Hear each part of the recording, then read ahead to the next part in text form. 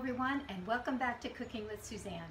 Today we're going to prepare a very simple cake, but it's absolutely delicious, and you can serve it very simply in the afternoon with a cup of tea, or you can really dress it up to even make for a birthday. So let's get started. The first thing you want to do, we have all of our ingredients out, nothing is measured. I'm going to show you how easy this cake is, just one bowl. Okay, so the first thing, it's going to be a lemon cake. I love lemon zest in a cake. If you don't like that flavor, you can certainly take this out, but it really makes it taste so bright and delicious. So I have a zester here, and in the bowl, I'm just going to zest one lemon. And to the bowl, I'm going to add 1 cup of sugar. And what you want to do is really rub the lemon in with the sugar, so it makes the sugar very fragrant. So that's our very first step, which only takes a few seconds to prepare. Let's get all the lemon zest in here. I think we have it all. So we have quite a bit of lemon zest. And to that, let's just put this aside. We're going to add 1 cup of sugar. Okay, so here's our lemon zest. Let's put in 1 cup of sugar.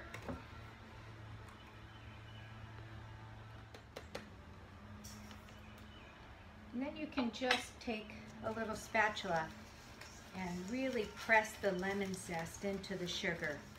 Okay, so we have all of our lemon zest mixed in with our sugar here. So we'll let that sit. And in the meantime, let's talk about our dry ingredients. What you need is 1 cup of flour, and I just wanted to show you a couple of different ways that you can measure your flour. You can either spoon it in and just level it off, or you can use a dip and sweep method, whichever you prefer. We need 1 cup. And I'm also going to add 1/2 cup of almond flour.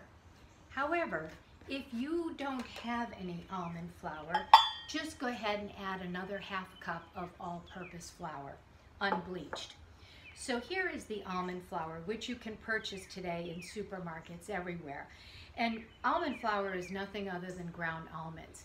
And it's ground very finely. However, it's not ground to the point that it's a paste.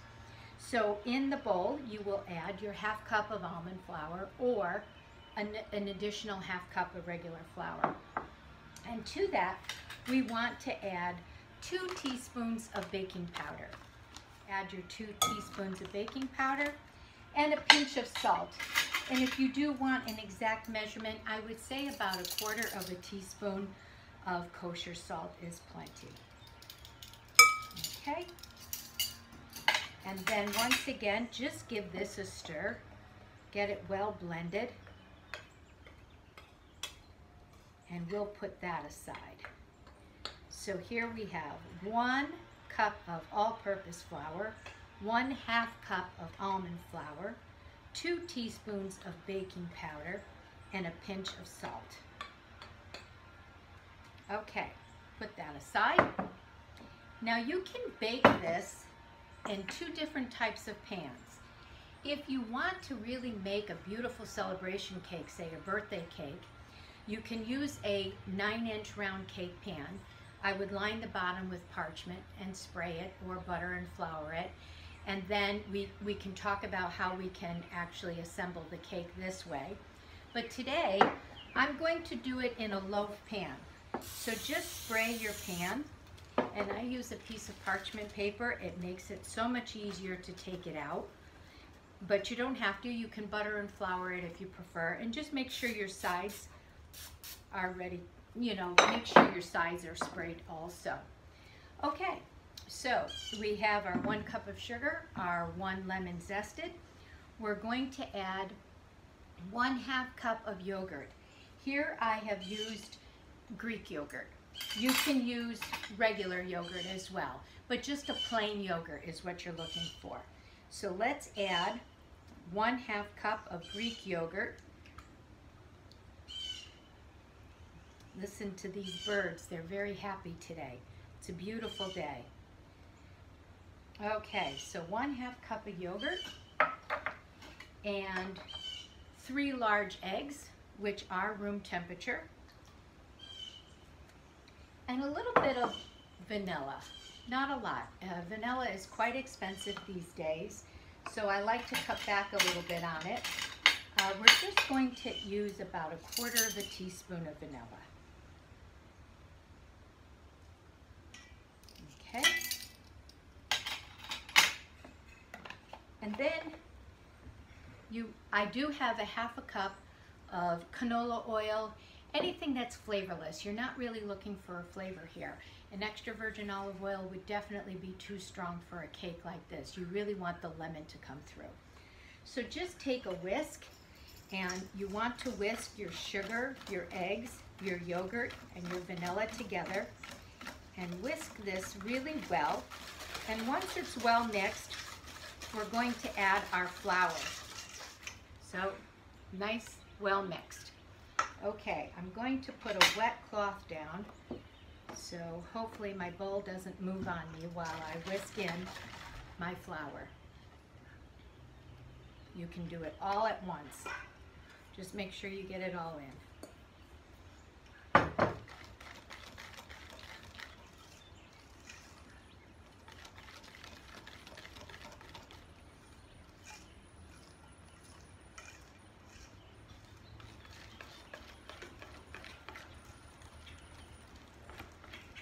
Once it's fully incorporated, then we will add our canola oil. And at this point, we're done with our whisk, and we're just going to use a rubber spatula. Here I have a large rubber spatula and 1/2 cup of canola oil, which you're going to fold this in.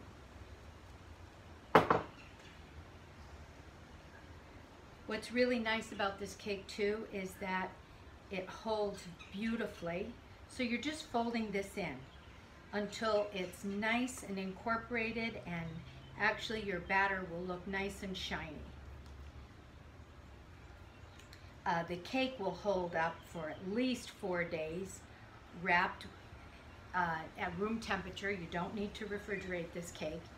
You can leave it room temperature. If it lasts that long, it's such a good cake. Okay, we're almost there. At first it seems as though the batter doesn't want the oil, but eventually it starts to take it in. And it's very easy to get it nicely incorporated here.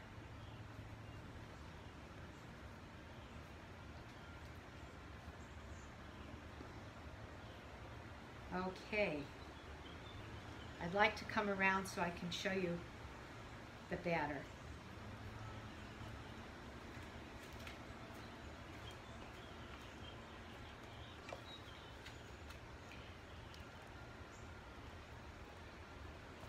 That's the thickness of it. And there you go. Okay. And so our cake is done. All you have to do is just pour your batter into your cake pan. You're going to bake this at 350 degrees for about 50 to 55 minutes. By the way, I do want to mention that the loaf pan that I used here is an 8.5 by 4.5, which is a touch smaller than the 9 by 5. And so this is probably a good time to talk about how you could make this a very festive cake, a birthday cake, for example. So you would bake it in a 9-inch round cake pan, 2 inches high, and it probably will bake about 30 to 35 minutes. Once it's completely cooled, you can use a serrated knife and slice right through it to get 2 halves. And on the bottom, you can spread a nice jam. A strawberry jam would be beautiful. And then you could add some fresh fruit and some fresh whipped cream. Put the top layer on, dress the whole cake with additional whipped cream and whole strawberries on the top. You could make a nice lemon curd for in the center of the cake with some fresh fruit and whipped cream on top. it would be fantastic. So you could also use this cake as a shortcake base. Instead of making biscuits, you could use this cake and make a really nice shortcake in the summertime. I also have a blueberry sauce that I love with this cake. Blueberries and lemon go very, very well together. And I actually cooked down some blueberries with a little bit of orange zest, a little bit of sugar. I cook that until it releases, the juices release from the blueberries, and then after that it takes about 5 to 6 minutes after that is cooked, then I would fold in some fresh blueberries into the sauce. That also makes a really wonderful dessert. Okay, so our cake just came out of the oven, and all you want to do is just let this rest for 5 minutes before you unmold it, and just take a knife and go around the side where the parchment paper is not, just so that it comes out easily. Just make sure that it's loose. And then you can tip it over and unmold it. There we go.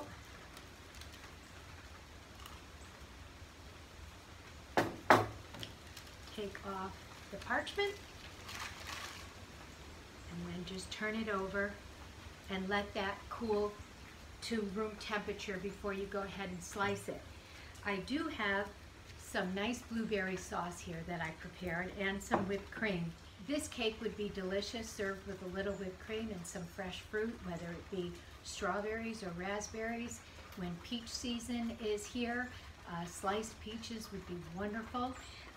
And you do want to let this cool to room temperature before you slice it, but I'd like you to see the inside, so I'm going to go ahead and slice it now.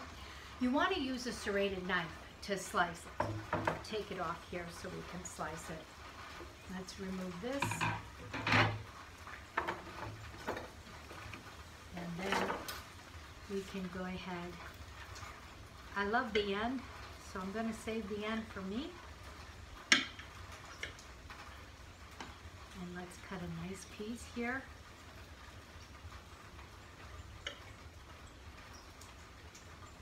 There we go. Hopefully you can see how beautiful the cake is. As a matter of fact, I'm going to come around so that you can really get a good view of the cake.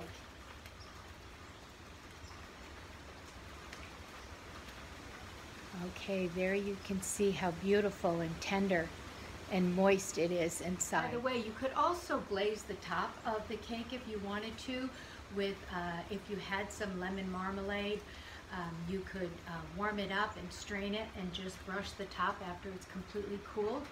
But it's not necessary. It's perfect just the way it is. Okay, I have done it that way also, and it's really quite good. Okay, so let's just grab a couple of spoons and we'll put the cake right in the center. And this is our wonderful blueberry sauce that we made at the restaurant a lot. We serve this quite a bit. Even for weddings we did this for. So we'll put a little bit of blueberry sauce.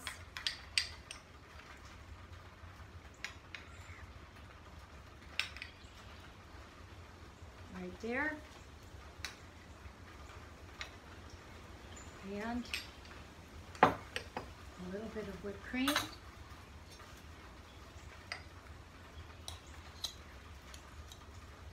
Right there.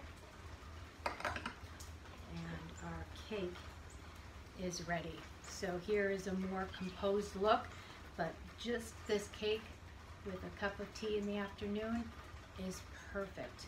Let me come around so you can see the cake and the blueberries.